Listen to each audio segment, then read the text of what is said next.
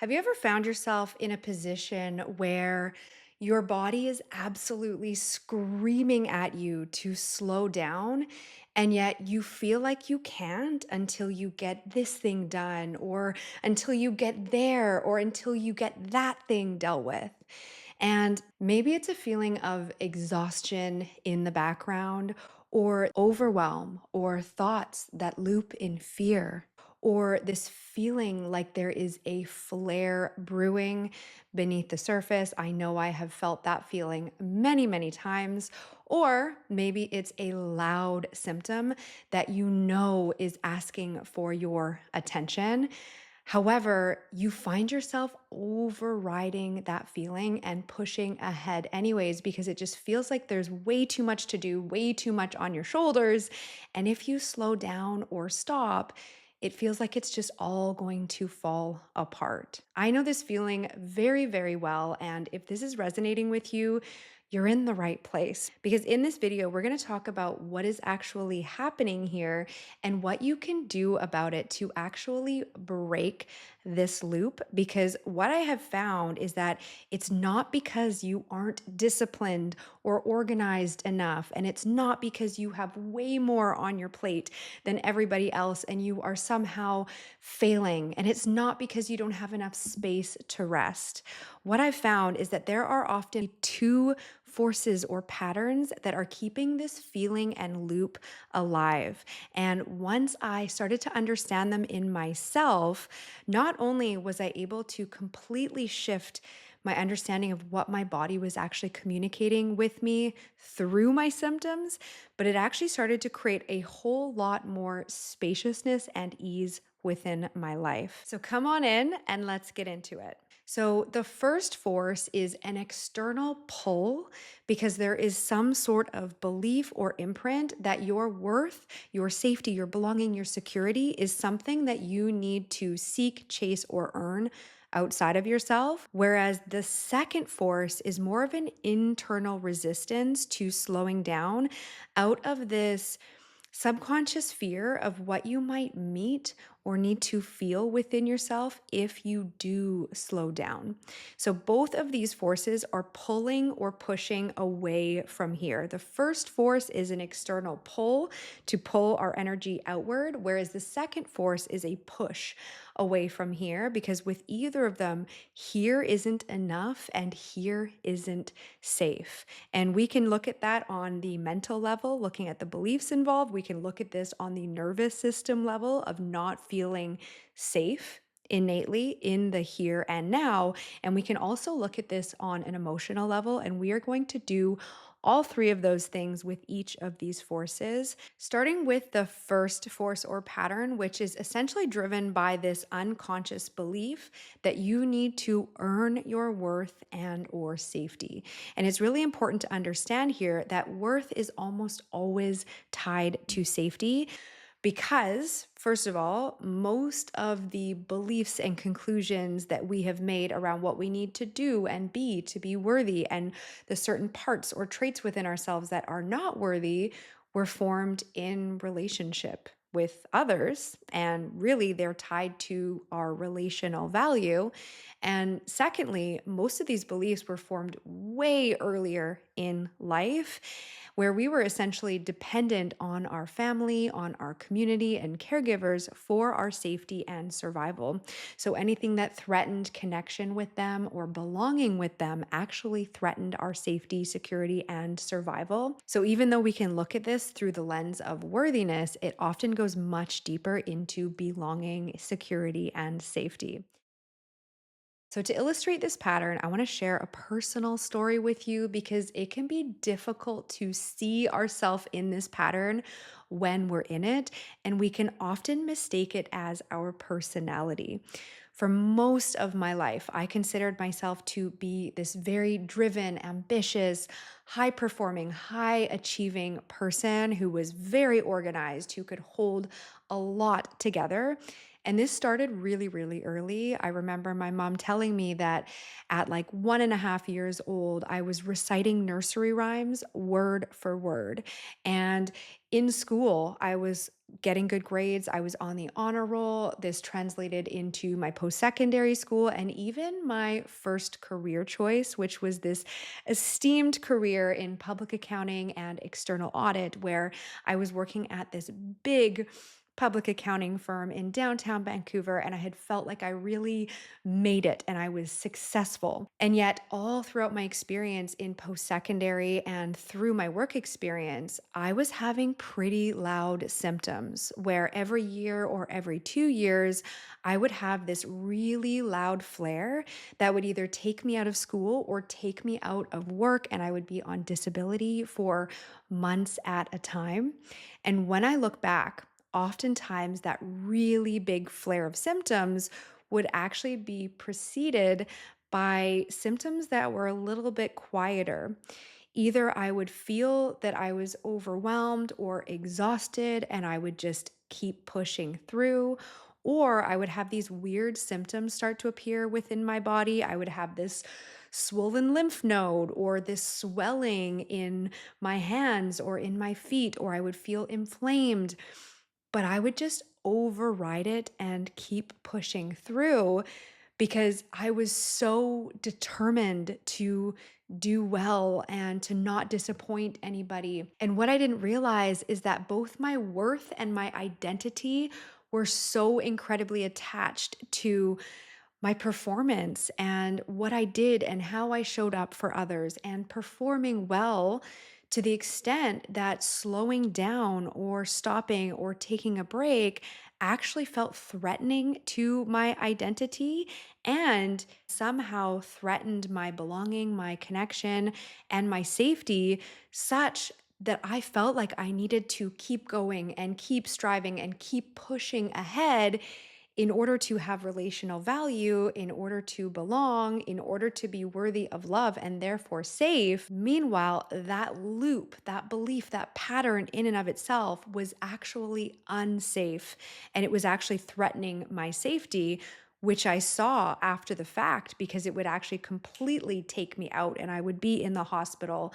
And all of a sudden, I would be left unable to perform or achieve or take care of anybody or show up for anybody external to me. And I found myself wondering, who am I?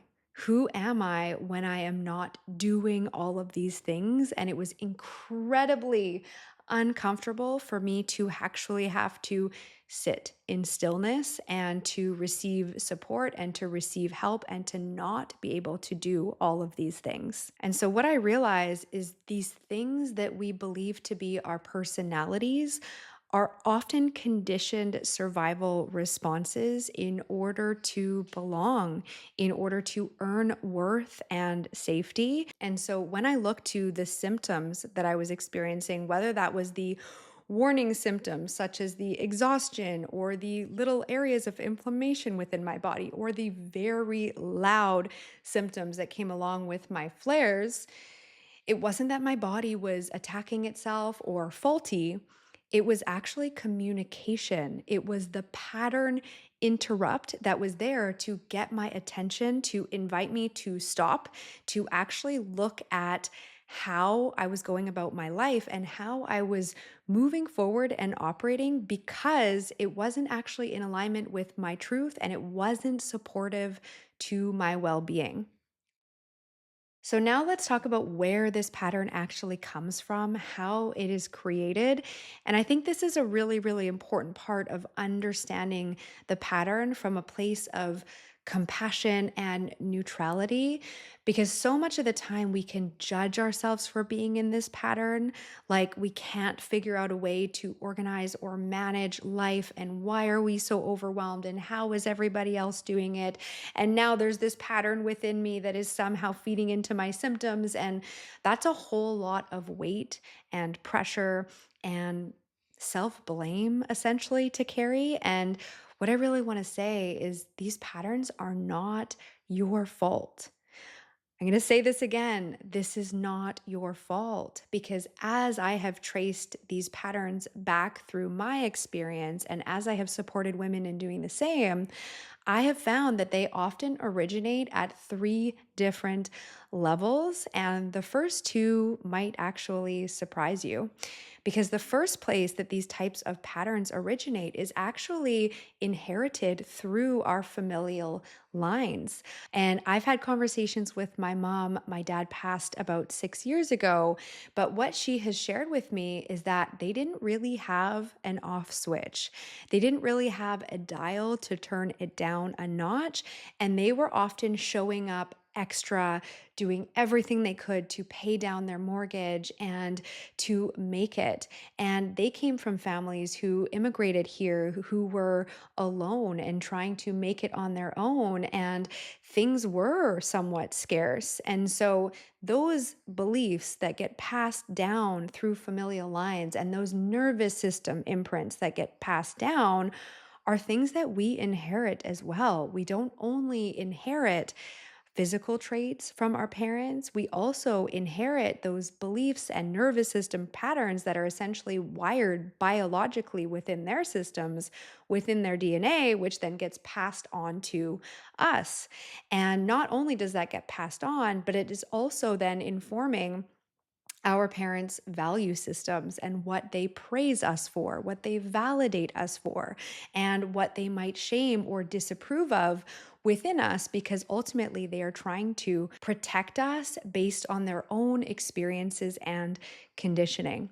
So, this is where it can get really, really interesting to look at your parents' relationship with worthiness and safety and belonging and the types of patterns that they run, because it's often easier to see this sort of thing in others. And the chances are that you have inherited something very, very similar to either one of or both of your parents in that regard. The second way this type of pattern can be created, which builds on the first and also bridges with the third, is in utero or at birth.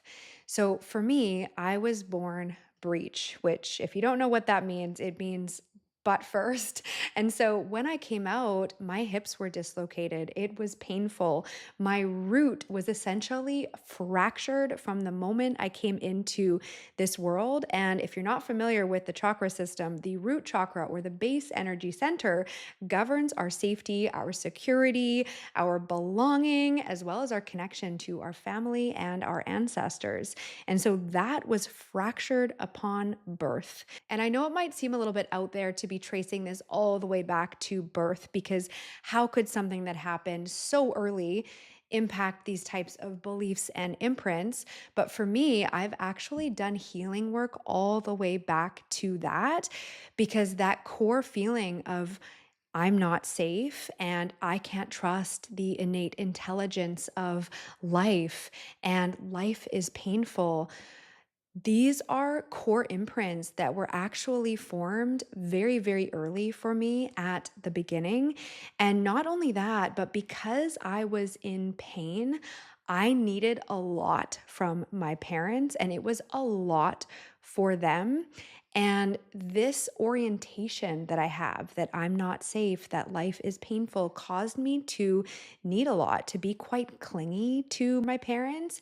And that straight up overwhelmed them. It was a lot. It caused disconnection. It caused this pushing away, like, okay, you're fine, because it was too much for them. And so I also received the imprint that I was too much. And this sort of snowballed and continued through my childhood until I actually started to heal these underlying wounds and imprints. So even though it can seem out there to actually consider what we may have been imprinted with based on our birth or based on our mother's experience while we were in utero, even. When we are in utero, the placenta is so permeable that we are often receiving this soup of chemicals and hormones from our mothers. And so, if something stressful happened during her pregnancy with you, or if she didn't feel safe, or she was anxious or fearful, or if things felt scarce for her,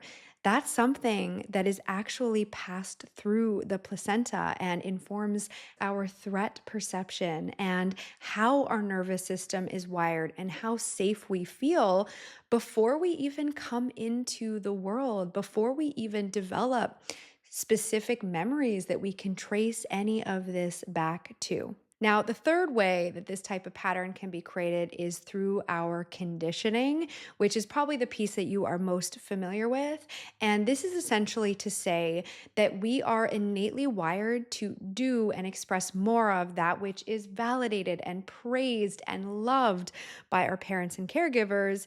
And we are essentially wired to do or express less of that which is punished or shamed or disapproved of by our parents and communities early on. Again, because we are wired for connection. We are wired to belong in order to get our needs met and in order to be safe. And so, if you were anything like me, perhaps when you were little, you needed a lot and you were really sensitive and you had big emotions, and perhaps that overwhelmed your parents, and you received the imprint somewhere along the way that your needs were too much and your emotions were too much, and who you were fundamentally and essentially was wrong or faulty.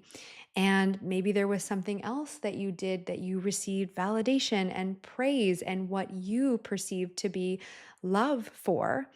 For me, that was getting good grades, that was performing, that was helping and being responsible. And so, all of this being said, those personality traits that I talked about of being ambitious and driven and responsible and holding so much and being a high achiever were actually the traits that I was validated for and what I received my impression of love for as a child. And so I started expressing more of that to try to earn that love and belonging and worthiness and ultimately my safety. And I learned to disconnect from those big needs and those big feelings in the process. And when I look back, that's often why I was in this pursuit to achieve and to do and to help and to hold everything together so that I could somehow earn that worthiness, so that I could have my needs met, so that I could finally be loved and safe. Even when my body was screaming, I was still in that pursuit because that's the loop and the tape and the program that was running in the background. And I didn't place a whole lot of value on my needs and feelings. And therefore, I learned to disconnect from them. I learned not to listen to them. So, this is the stuff that often lives in those corners of our unconscious until we actually take the journey of uncovering them and reconciling with them so that we can reconcile these areas of our conditioning that are actually no longer supportive or based in our truth. And I want to say again, it's not your fault. You adopted these strategies in order to cope and survive in the best ways that you could at the time. And once we get to the point where these different types of ways we are going about life are no longer serving us, really what's happening is we are being invited to transform them and to individuate based on what is true for us now, being a adult that is actually able to function in interdependence. And I also want to mention that most of us live in this culture and in this system that tends to perpetuate this loop because there tends to be a lot of responsibility that falls on women and mothers to carry and manage the mental, emotional, energetic load of everything that needs to be organized and done and thought of, and of everybody's emotions, as well as to take care of the home and maybe even to earn income and work as well. So it can feel like a lot. And at the same time, there's often not a lot of community or support to actually step in and support the mother and to take care of them. And so this is also a systemic issue. And change starts from within. So, what I have found is I have started to create more enoughness on the inside. What I have noticed is that there has been a whole lot more enoughness on the outside in the form of spaciousness, in the form of abundance of finances and resources and support. But I had to first learn that it was safe to receive, that it was safe to trust and be supported, and to reconcile my relationship with ease, with stillness. Because as I mentioned, one of the core beliefs that was imprinted very early for me was this belief and feeling that life is hard, life is painful, and that I wasn't inherently safe and that I couldn't trust. And so when we operate within these beliefs, they tend to color the lens and the movie in which we live in. They tend to perpetuate and fulfill themselves because the beliefs in and of themselves cause us to act in a certain way. And so it really becomes this beautiful opportunity to actually look at life and the body as a mirror, to actually take the journey inwards, to identify, become aware of, and then reconcile these areas of conditioning and these types of beliefs that are not based in truth, and to repattern our nervous system from the inside out according to what is actually true and present in the now, because most of us are operating on a very outdated program or operating system that is based in past generations, that is based in early childhood, and based in the meanings that we have concluded based on much earlier stages of development. And what I have found is as I have reconciled those underlying beliefs that caused me to chase and seek my worth externally to me and my safety externally to me, all of a sudden I didn't have such a pull out there, and I had a lot more space to connect with what was going on within me so that I could listen more intently to what I was needing, what my body was communicating, and I was able to move through life with more slowness, spaciousness, and internal connection, which actually relieved my body from having to send me these really loud signals in the form of my symptoms because I was listening more. And so now let's talk about the second force or pattern that I mentioned, which is essentially this internal resistance to slowing down and to being still because of some sort of subconscious knowing and perhaps fear or discomfort around what we may meet or feel when we do go inward, when we do slow down. Because what happens when we slow down is that we naturally become more present. There aren't all of these distractions and pulls for our attention outwards, which means we are more present to what is actually going on in our internal experience. And what I have found through my journey is that because I was often focused externally in everything that I needed to do, I was largely disconnected from how it was that I needed to feel. I also operated in this perpetual threat to my belonging and to my safety unless I was doing and giving all of these things. And so inside, there was this level of charged survival stress and these unprocessed emotions that I never had the space to actually feel through, that are often waiting inside for that presence to be felt and to be processed. And that can make it a little bit uncomfortable to slow down because we start to become aware of or feel into some of those emotions. The other piece that I find is often there is because there is some level of identification with what we do and how we perform and how we give to others, when we start to detach from that identification, it becomes this question of who am I when I am not giving to others or helping others or doing or achieving. And for me, it felt like a little bit of an existential crisis of really, who am I? And I know that's been the case with many of the women that I've worked with as well. And before that starts to freak you out and deter you from doing this work, it's actually a really beautiful place to be where those old identities start to crumble and die, and you actually start to feel yourself and your truth and discover who it is that you are and act more in alignment with what brings you joy and ease and what comes more naturally to you. And in turn, you start to develop relationships that actually meet you, that can actually see and hear and understand you for you, because you are actually showing and expressing and being more of you rather than that conditioned self or who it is you think you need to be in order to belong.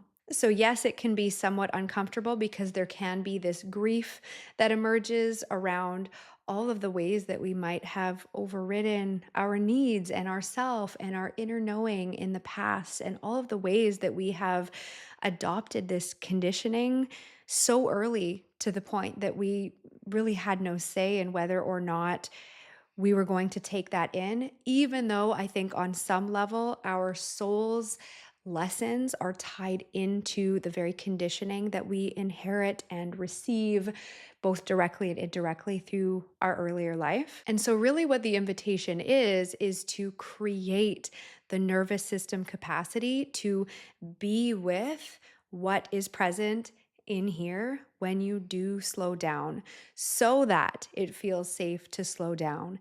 And this doesn't have to be something that you feel all at once. There's a way in which you can go about this. And this is the way that I recommend going about this, in which you are able to microdose and metabolize what is present within you, what it is that your body is holding, any unprocessed emotions and any unprocessed survival stress, in a way that's not going to overwhelm your system. And through doing this work, not only do we repattern those beliefs that my needs are too much, or my feelings are too much, or I don't matter unless I am doing XYZ for these people or in general, but we also regain that lost connection with ourselves. And we actually start to come out of that perpetual state of flight or fight or thaw, that state of functional freeze that we may be operating within.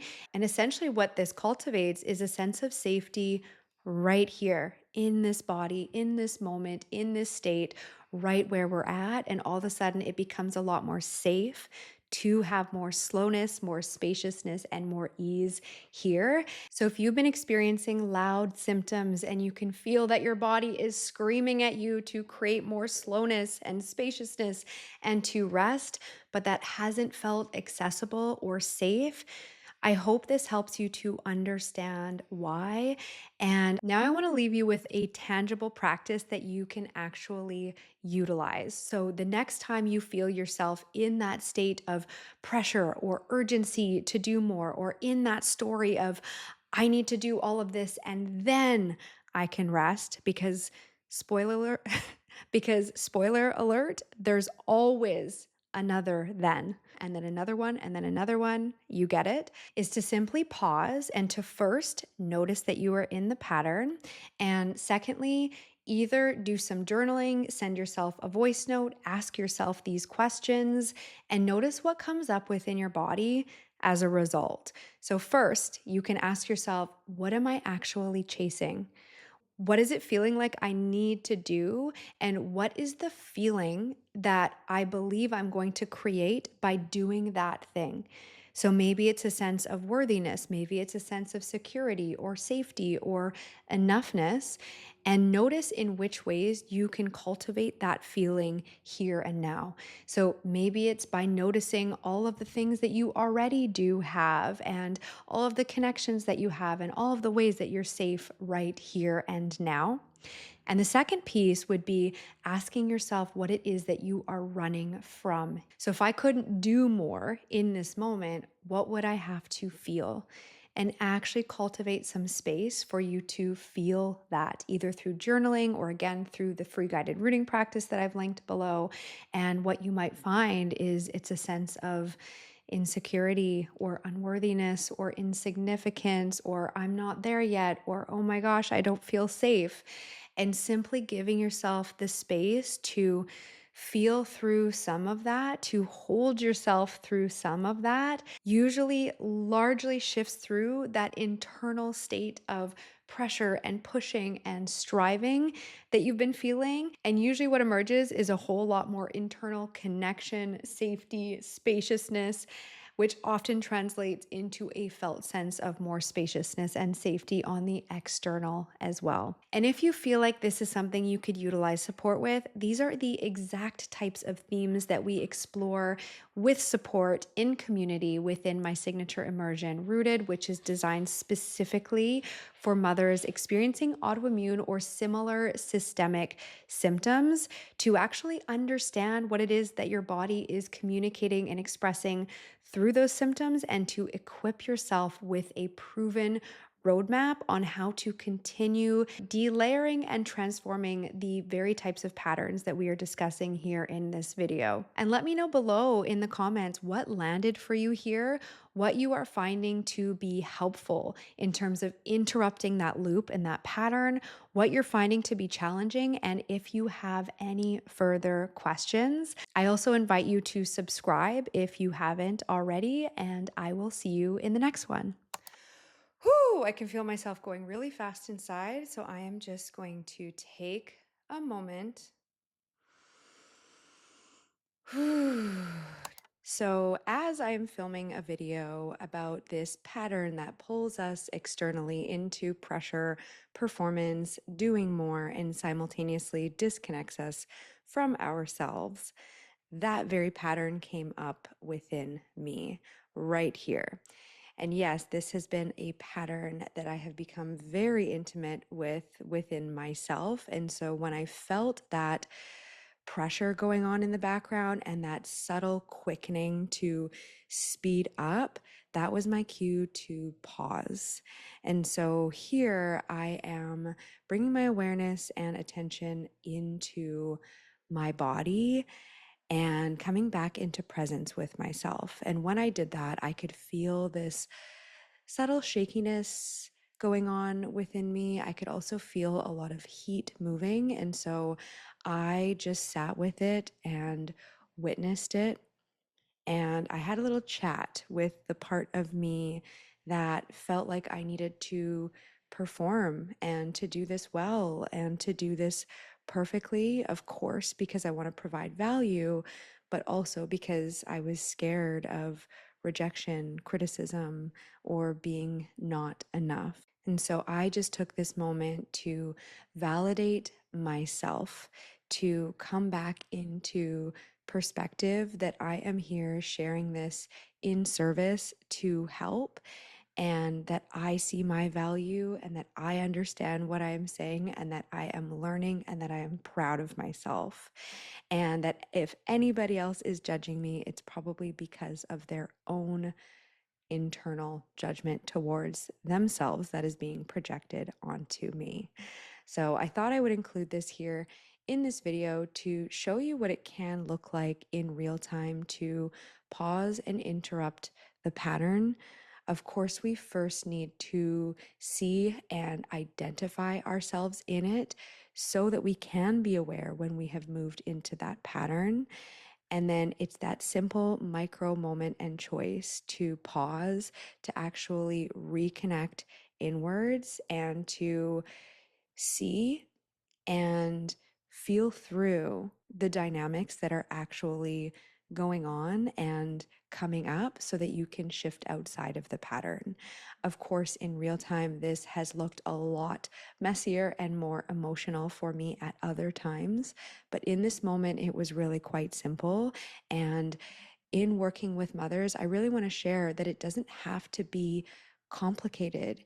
It doesn't mean it's easy, it doesn't mean it's comfortable or convenient, but to interrupt the pattern in the moment and to reconnect with yourself and to feel what comes up as you do so is something that is really, really doable within mom life and everything else that you have going on. So I wanted to share that here, as well as these few bloopers at the end here to just normalize being human, to normalize this process being a little bit clunky at times, and to normalize not needing to be perfect and hold it all together. Thank you so much for being here and for watching. Okay, that's not near my face. Okay.